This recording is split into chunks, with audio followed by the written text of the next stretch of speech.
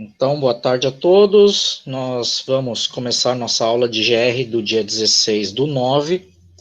Hoje nós vamos falar de wetlands, que é uma das formas de tratamento terciário da água, de esgoto, né, dos efluentes. Então, eu vou projetar aqui para vocês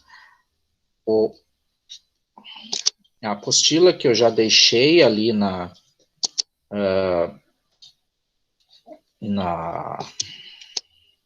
Classroom, tá? Só deixa eu ver onde foi parar esse negócio.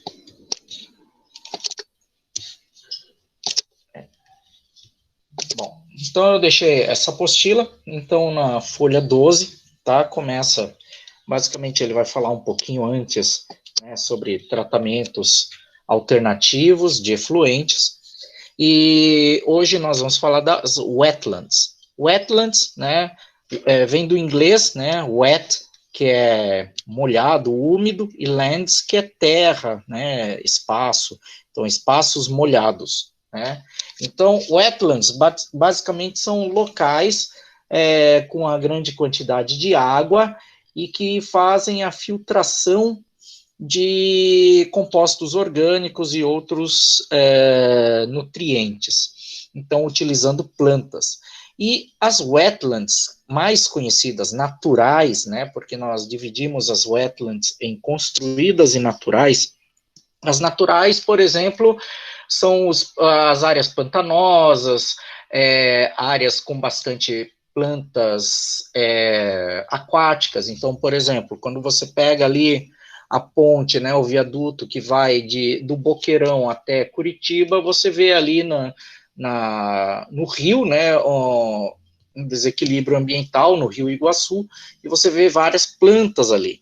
Só que existem outros locais ali banhados, né, no Parque Iguaçu, que são wetlands, né, que não são exatamente construídos, né, eles existem, são plantas que estão ali se aproveitando da carga de nutrientes que existe, porque ali perto existe uma estação de tratamento de esgoto, né, ao lado do parque, e essa estação, ela despeja, né, a água tratada na estação de esgoto nesse parque. E como, por exemplo, alguns componentes da estação de tratamento não são tratados dentro dela, né, da éter, alguns nutrientes vão ficando nessa água, e aí vai proliferando bactérias, vão proliferando algas e também proliferam algumas plantas. Então, as wetlands, basicamente, né, são locais onde essas plantas vão fazer a depuração da água, né, então vão limpar, vão basicamente torná-la, né, numa categoria maior, né, numa classe de pureza da água maior, tá? Não se torna água potável, mas ela se torna menos danosa ao meio ambiente. Então, nós vamos hoje falar das wetlands construídas, né?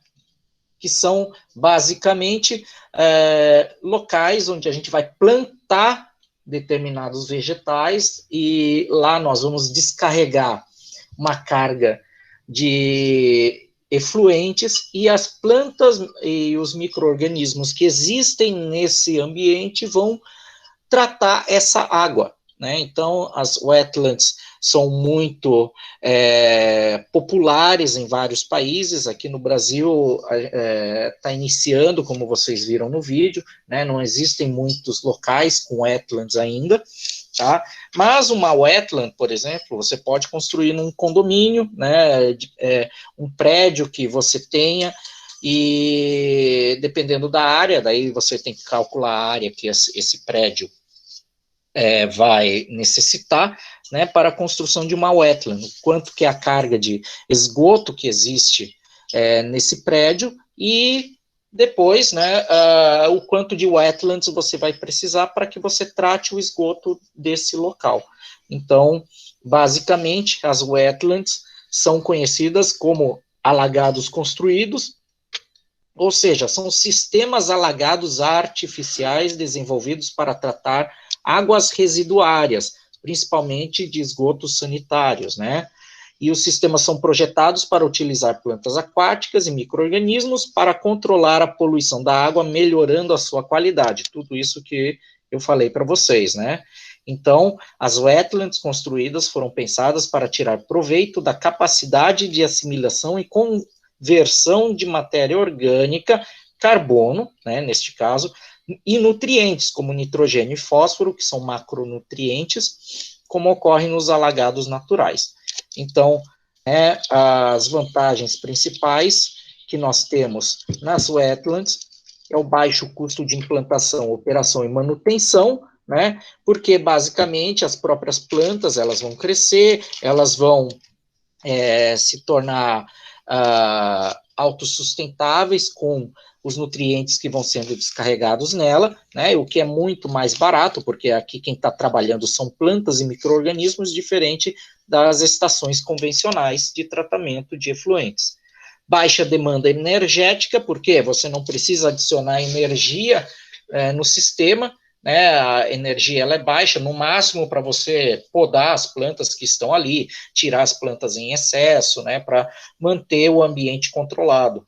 Tolerância para flutuações de vazões de entrada, né, então, basicamente, se entra muito efluente ou baixo efluente, ele consegue controlar sozinho, né? A mesma coisa quando você pega um vasinho de água, você põe um pouquinho de água ou põe bastante água. Então você tem uma tolerância de vazão ali. Esteticamente mais agradáveis, porque, né, quando você olha uma wetland, você acha que é um parque, que é um lago, né? Dá para fazer de vários tipos, dá para fazer um campinho, né, com grama, né? Potencial de reuso ou reciclagem da água, no final a água, ela vai estar mais pura, então você pode descarregar, por exemplo, num corpo d'água ou fazer reuso dessa água. Reciclagem dos nutrientes, né, então, os gases que seriam produzidos, né, os poluentes que seriam produzidos, né, eles serão reciclados, né, a planta vai utilizar. Reciclagem de nutrientes com a compostagem das plantas aquáticas, significa que o excesso dessas plantas você pode mandar para uma composteira e fazer adubo orgânico, né? Ausência de vibrações e ruídos, né? Afinal você não tem maquinário, só tem planta. Tendência a minimizar ou até eliminar maus odores do esgoto, né? Então, porque basicamente, dependendo da wetland, você faz a wetland subterrânea. Então, a descarga de esgoto é nas raízes das plantas que estão enterradas, né? Então, você não vai sentir o odor. E atende aos requisitos da legislação com relação aos padrões de emissões, né? Justamente porque a emissão gasosa, ela é baixa e basicamente todo mundo sabe que plantas fazem fotossíntese, então o que vai sair de lá é oxigênio, né, na sua grande maioria, então atende bastante os pré-requisitos aí da legislação sobre emissões gasosas. E aí nós vamos ter os tipos, né? O primeiro tipo é a chamada wetland construída de fluxo superficial. Então, basicamente, o fluxo da água escoa pela superfície do material de suporte, né, da planta, ou seja, você tem aqui as plantinhas, né? As plantinhas, elas vão basicamente... Peraí, agora quando isso acontece. Então, você vai ter aqui, né, as plantinhas, né, elas são plantas aquáticas, né, então, por isso elas vão ficar plantadas dentro, né, do lago, por exemplo, de wetland, né, e aí o fluxo da água ou do esgoto vai por cima. Então, o inconveniente disso é que cheira, né, então o cheiro do esgoto, ele aparenta mais, né, então, essa água, ela vai depositando os efluentes no substrato, né, e as plantas, a partir das raízes, vão absorvendo, né, esse efluente, né, então, esse aí é um tipo de wetland, né, que vai usar essas plantas, que depois a gente vai definir, elas são macrófitas aquáticas, tá, então, Daí vocês vão dar uma lida aqui no texto, tá? Ok? Para detalhamento. Nós vamos ter as wetlands construídas de fluxo subsuperficial, tá? Então, neste caso, a água, né, ela vai estar aqui, né, para baixo do substrato, né, o fluxo de água do esgoto é embaixo, então, as plantas aquáticas, elas ficam sobre o fluxo de água de esgoto, tá? Então, as plantas ficam em cima e o fluxo ele fica para baixo da planta, tá? Das folhas, da folhagem dessas plantas. E as raízes, elas estão aqui embaixo, ok? Existe também a wetland de fluxo subsuperficial horizontal, né? Onde você tem um fluxo, né, de afluente que vai entrar e vai correr, né? Enquanto ela entra aqui, ela vai correr até um outro ponto e aí ela vai sair, né? Um pouco mais limpa, ela vai sair do outro lado. Então a gente às vezes utiliza essa wetland, né? Ela mais comprida, porque a água ela vai entrar suja aqui, vai se limpando, limpando, limpando e ela sai do outro lado. É diferente da wetland anterior, onde a água ela fica empoçada aqui, certo? Então ela fica empoçada. Bom, nós também vamos ter aqui, né, aqui tem uma ilustração, né, mostrando essas wetlands. No caso aqui vocês estão vendo, né, é um modelinho, né, de uma wetland pequenininha que forma aí jardineiras, tá? Mas você pode fazer isso em campos abertos bem grandes. Também nós vamos ter a chamada wetland de fluxo subsuperficial vertical, né, onde o afluente ele entra por cima através de uma canalização e dessa canalização existem buraquinhos nesses canos e acontece o quê? O efluente ele vai sair aqui por cima e por absorção e pela gravidade ele vai tendendo a descer e é recolhida a água mais purificada aqui embaixo, tá? Então vocês estão vendo o termo afluente e efluente, tá? Afluente é sempre o que entra, né? Afluente de um rio é a parte, né? É um rio que entra num rio principal, né? Então quando a gente fala afluentes do Rio Iguaçu, são todos os riozinhos, inclusive o Rio Belém, que chegam no Rio Iguaçu. E na saída, o efluente, né? Então, nós vamos ter aí, basicamente, a saída. Nesse caso, então, também vamos ter os sistemas chamados mistos, né, ou híbridos, combinados, né, tem vários nomes, onde você pega uma wetland de um tipo, junta com outro tipo e assim por diante, dependendo do tipo de esgoto que você tem.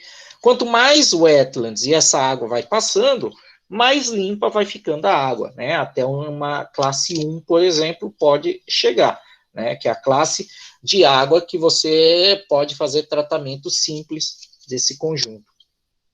Bom, então, neste caso, né, vamos ter aí os componentes principais das wetlands, tá? Então, o principal componente são as macrófitas aquáticas, né?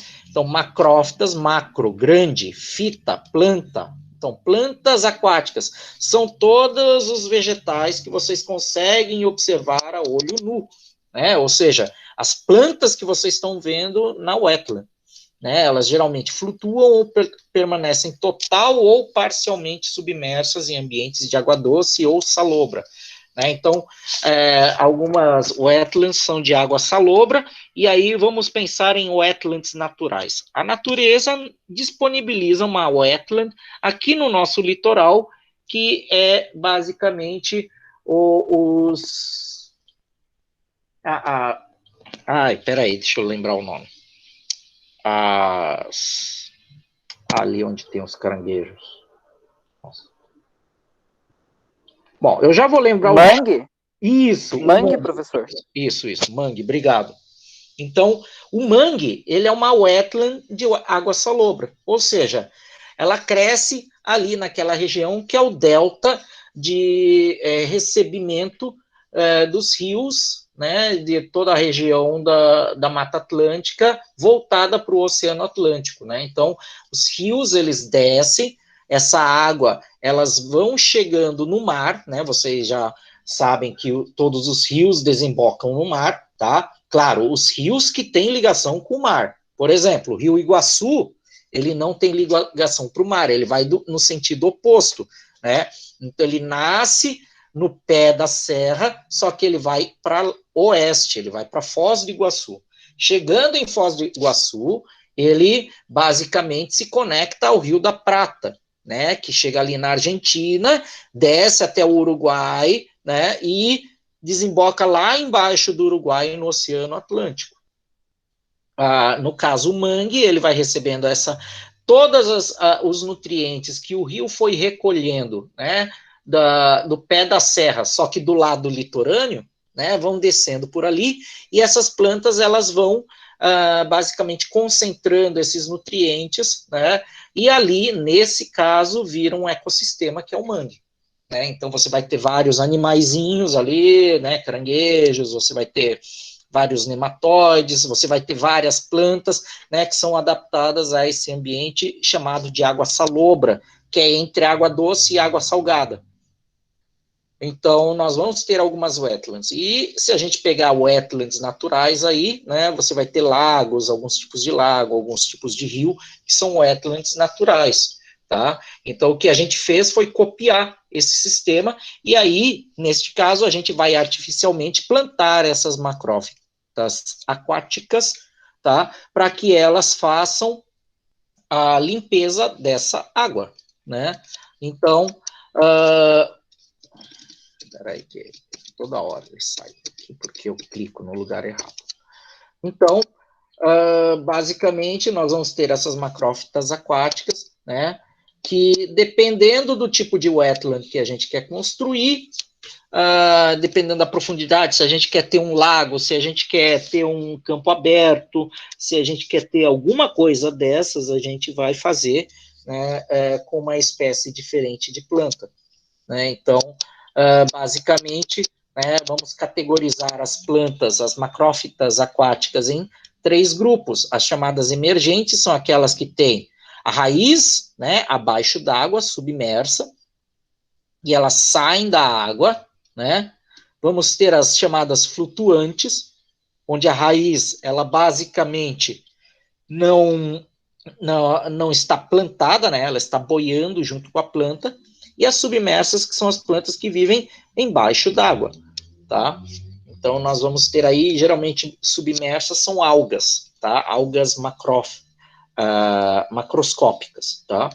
E aqui nós vamos ter as flutuantes, como, por exemplo, a lentilha d'água, o aguapé, né, que são as chamadas flutuantes, e emergentes aqui, né, nós vamos ter, por exemplo, o papiro, né, nós vamos ter alguns tipos de capim que crescem assim, e a vitória régia, né, a vitória régia, que é aquele pratão, toda vez que a gente pensa em Rio Amazonas, a gente vê aquela folhona redonda, enorme, né, boiando, mas ela não está boiando, na verdade, só a folha boia, e a raiz, ela vai até o fundo e se prende, né, no substrato lá embaixo, tá?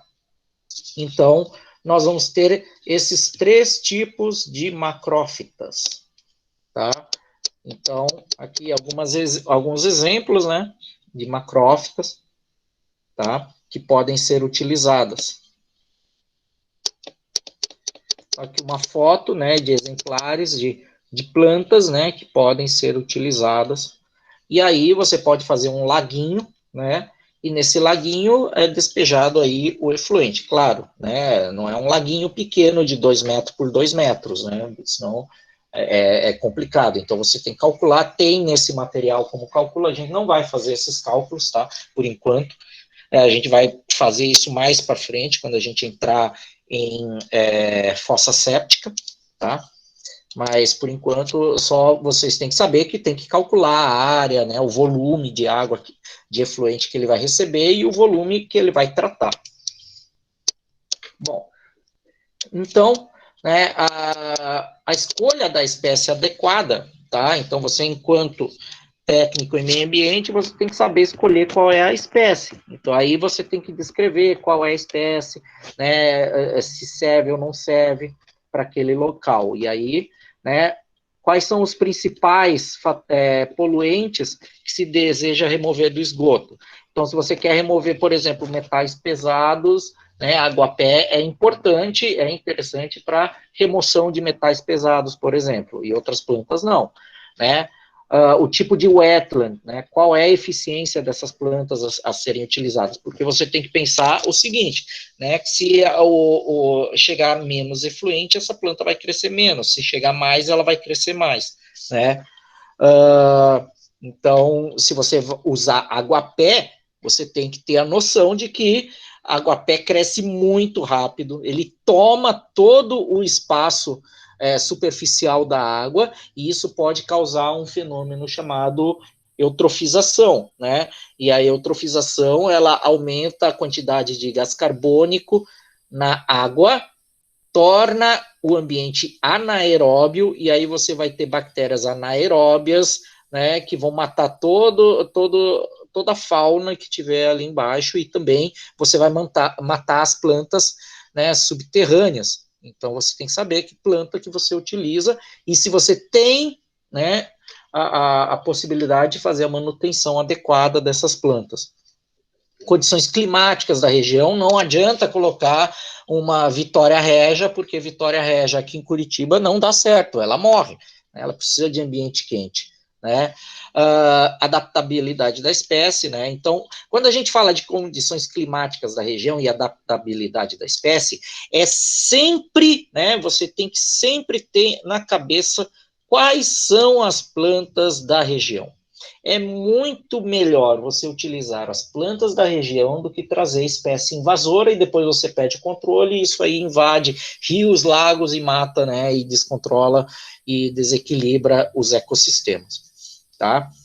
Disponibilidade da planta e local de implantação do sistema e características físico-químicas da água residuária a ser tratada. Então, é importantíssimo você saber tudo isso aí.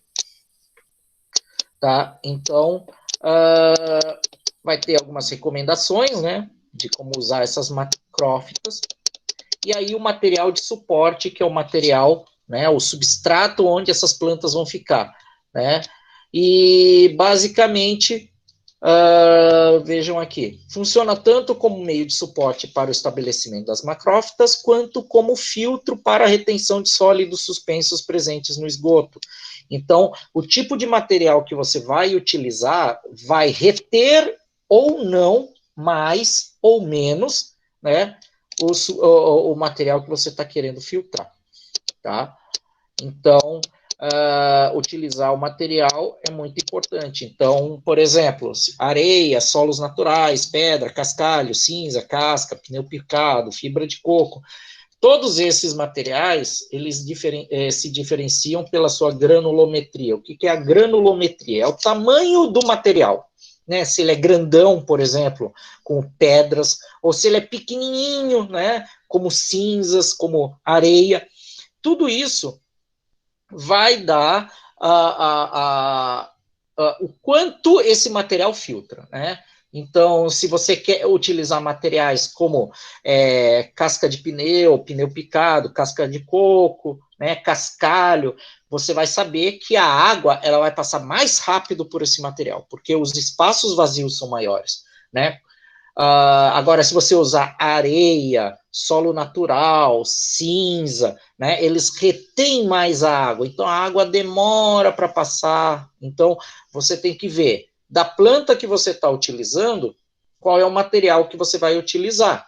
Então, se for, por exemplo, plantas que têm uma demanda muito rápida de absorção de nutrientes, você vai ter que utilizar materiais mais grossos, né, com granulometria maior, para que a água passe mais rápido, né? Senão a planta vai morrer, porque ela vai acabar com todo o nutriente que está naquele material e não vai chegar na velocidade adequada material para ela continuar crescendo. Agora, plantas que crescem muito devagar, você planta em substrato que tem, né, a possibilidade de passar esse material de forma mais devagar, né? Então, tudo isso vai demandar aí o que você tem de plantas. Então, você tem que fazer exatamente, né? A gente fala que é um cálculo, mas não é exatamente um cálculo, mas você vê que quanto maior o metabolismo da planta, né, mais nutriente ela vai precisar. Quanto menor o metabolismo da planta, menos nutriente ela vai precisar. Menos no sentido de você disponibilizar. Né? A mesma coisa que você tem algumas plantas que você tem que adubar mais do que outras, porque elas crescem mais do que outras, né? Então, nesse caso, você vai precisar aí ter o tipo de nutriente, né, a disponibilidade desse nutriente com a disponibilidade do material que você está usando, né? Então, por exemplo, se a gente pega plantas terrestres como a rosa, né, roseira, se você plantar roseira em material muito poroso, arenoso, ela não cresce. Se o material for mais argiloso, ela cresce, porque o material mais argiloso, né, retém mais água para a necessidade dela, né, e só que ao mesmo tempo, a disponibilidade de nutrientes é maior, porque eles demoram para, né, serem lixiviados. Diferente de um material mais arenoso, que o adubo vai embora, né, com a água lixiviada e não deixa a planta crescer. Então, basicamente, você tem que ver isso aí. E aí, né, tudo isso. Aqui alguns exemplos de material, né? A areia, a granulometria, significa que a areia, basicamente, cada grão tem entre 0,06 milímetros a 2 milímetros. Até 2 milímetros é areia. Então, um grãozinho que você põe na régua e tem 2 milímetros, ele é considerado areia. Areia não é um tipo de rocha, tá, gente? Não é um tipo de mineral. É o nome que é dado a granulometria do material que foi moído, tá? Então, quando a gente fala de granulometria, vocês vão ver lá em GRN, quando vocês estiverem trabalhando solos, vocês vão ver que existem 3 granulometrias, né? Que é areia, que é silt e que é argila. Né? Você pode ter areia de material silicoso, você pode ter areia de vários tipos, tá? De vários materiais, de vários tipos de rocha. Areia é o nome que é dado ao material que fica entre 0,06 milímetros e 2 milímetros. Brita tipo 1, brita tipo 2, né? Então, brita tipo 1 são aquelas pedrinhas, né, que vão ter aí entre 9,5 milímetros até 19 milímetros, 1 centímetro, 2 centímetros, né? Então, até 2 centímetros é brita tipo 1. Brita tipo 2, né, que vai até 2,5 centímetros, e cascalho, que vai até 60 milímetros ou 6 centímetros, tá? Então, você pega, põe na régua lá e vê a média de diâmetro de cada material, você tem aí o tipo de classificação desse material. Bom, outra parte importante, né, das wetlands é a microbiota. Micro de pequeno, biota, né, de vida, né? Então, são o quê? São compostos pelos fungos e bactérias que vão crescer no substrato, vão crescer nesse ambiente.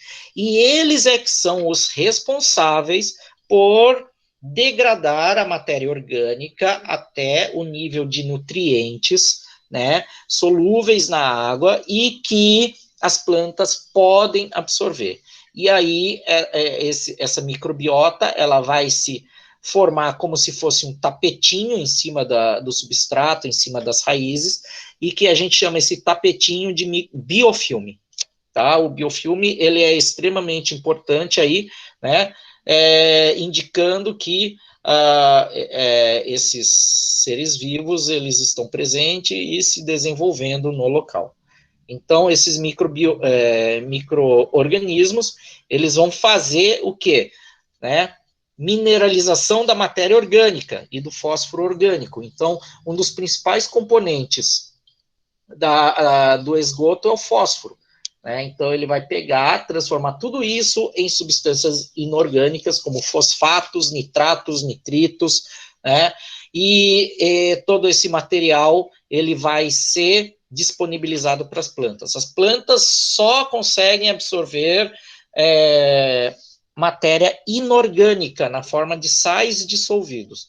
Se você tem, né, por exemplo, um material, né, que ele está orgânico, né, então se você colocar adubo orgânico na sua horta, por exemplo, esse adubo ele só vai poder ser disponibilizado para as plantas a hora que esses fungos e bactérias degradarem até o nível de minerais inorgânicos, e aí a planta consegue absorver.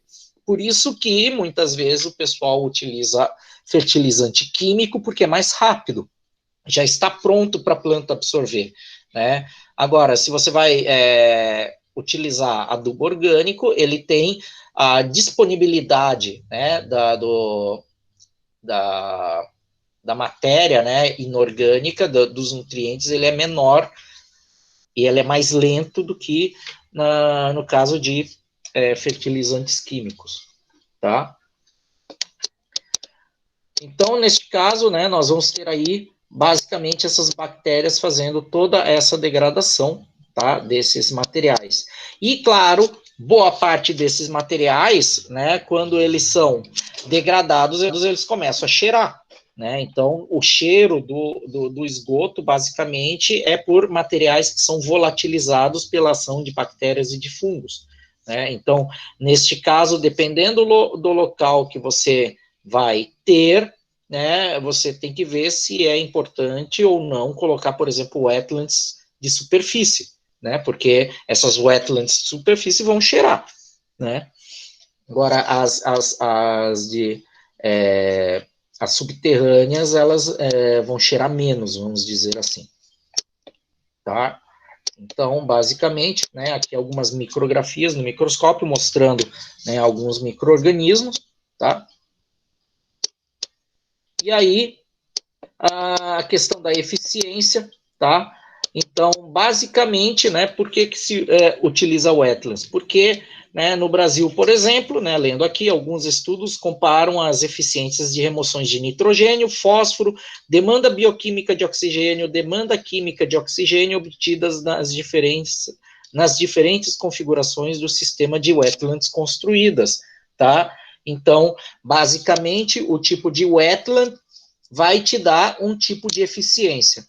Então, olhando aqui nessa tabela, tá? Então, poluentes, por exemplo, nas wetlands superficiais, na de fluxo horizontal subterrânea e na de fluxo vertical subterrânea, né, nós vamos ter essa remoção média. Então, se a gente pegar fluxo superficial, fósforo, a remoção é de 80 até 85% do fósforo.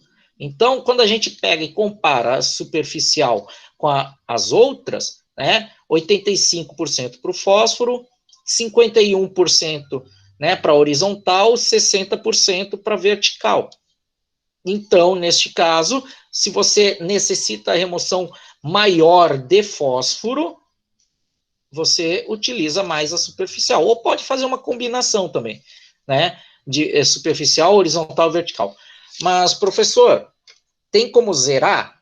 Não tem como zerar, tá? Mas tem como diminuir bastante. Então, por exemplo, ou você tem que aí observar, se você utilizar a de fluxo superficial com a de horizontal e fazer um sistema híbrido, você vai tirar aqui 85%, vai sobrar 15%. Esse 51%, ele está dizendo que ele vai tirar metade do que vier. Então, de 15%, ele vai tirar 7%, né? Então, vai sobrar no final 7% do total, tá? Ou, se você pegar aqui de 60%, né? Ele vai tirar 60% dos 15% que sobraram de fluxo superficial. Então, você sempre tem que observar que as wetlands, elas têm eficiências que podem ser combinadas, tá? Ah, mas professor, então mas eu posso só fazer de fluxo superficial e tá de boa? Pode, tá? Vai sobrar 15%, dependendo, né, esses 15%, você vai poder mandar para um laguinho ou alguma coisa que isso aí vai dissolver, né, e o próprio lago ou o próprio rio vai fazer a autodepuração, tá? Mas você tem que ter controlado quanto é 15%, né? Se 15% for toneladas, não dá. Então você tem que diminuir sempre a quantidade o máximo possível para ficar dentro da legislação de quanto de fósforo você pode descarregar no ambiente, né? Esse 15% está dentro do que a lei diz, se está ok. Se não, você vai ter que colocar mais outras formas de tratamento. Agora, se você pega de fluxo horizontal, né, ela é mais eficiente para tirar a DBO, né? Então, a DBO da água, a demanda bioquímica da água, ele tem uma eficiência de 81% e da DQO de 76,5%, né? Então, se você quer tirar DBO e DQO, você usa a de fluxo horizontal, que é muito mais eficiente do que a de fluxo superficial. E no fim, a de fluxo vertical, né, ela tem uma eficiência bem equilibrada, né? Então, se você quiser um sistema mais equilibrado, você usa de fluxo vertical, tá? Então, basicamente, como vocês viram, a de fluxo vertical, ela tem, né? Vamos voltar ali na imagem.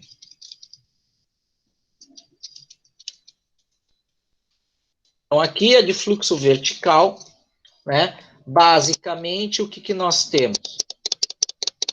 A água, ela entra por cima, sai por baixo.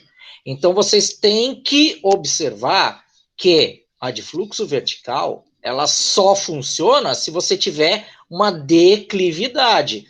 Esta parte é mais baixa do que essa. Então, numa declividade, num morro, você pode colocar isso aqui, tá? Se não, não dá. Né? Então não adianta colocar isso aqui num terreno plano, porque basicamente não vai. O efluente ele vai sair para baixo, né? Só que aqui tem que ser mais baixo, essa região de onde está, né? O solo aqui tem que ser mais baixo do que o solo aqui.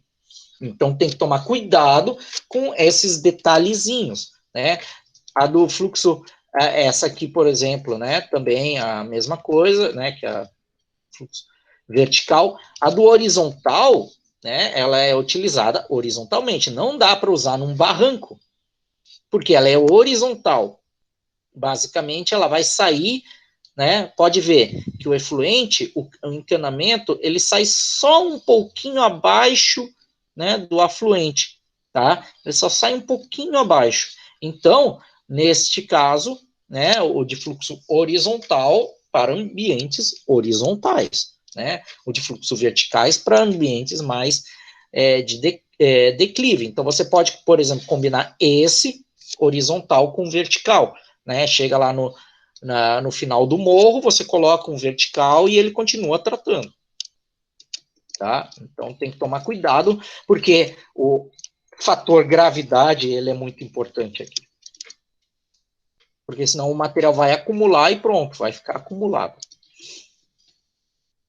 Então, neste caso, né, nós vamos ter aí, basicamente, né, esses tipos, né, de wetlands e cada um com um sistema adequado. Então, né, dependendo do que você quer tratar, você tem que combinar, às vezes, uma wetland com a outra. Tá? Então, a primeira coisa, no dimensionamento das wetlands construídas, né, a primeira coisa é escolher o tipo de wetland mais indicado para o tratamento desejado, como eu falei, né, e que potencialize a remoção dos principais poluentes.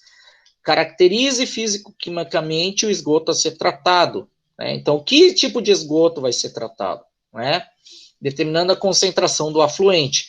E aí você vai ver, né, quais plantas, porque você tem que ver quais plantas são mais adaptadas, né, para esse tipo de efluente.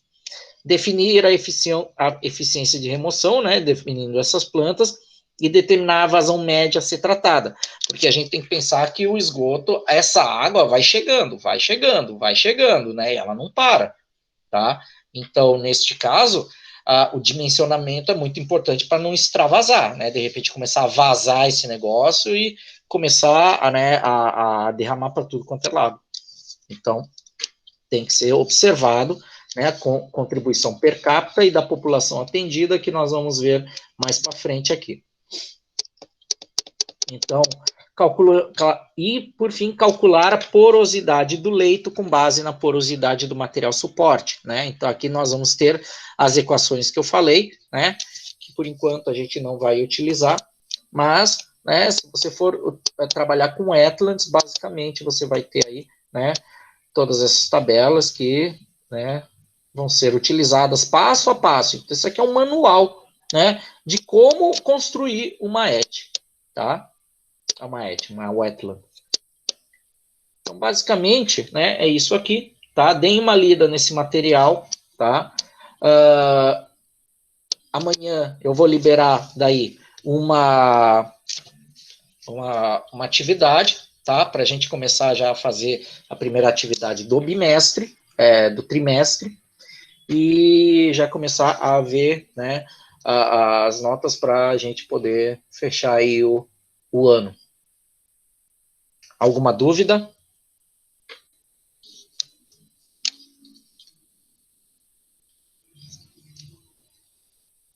Bom, então a aula foi um pouquinho a mais do que eu esperava, tá? Então eu vou escrever aqui no chat a chamada, vocês coloquem o número da chamada, e quem colocar já está dispensado, pode sair. Então, até amanhã. Amanhã não vai ter Meet, tá? Eu só vou pôr a atividade.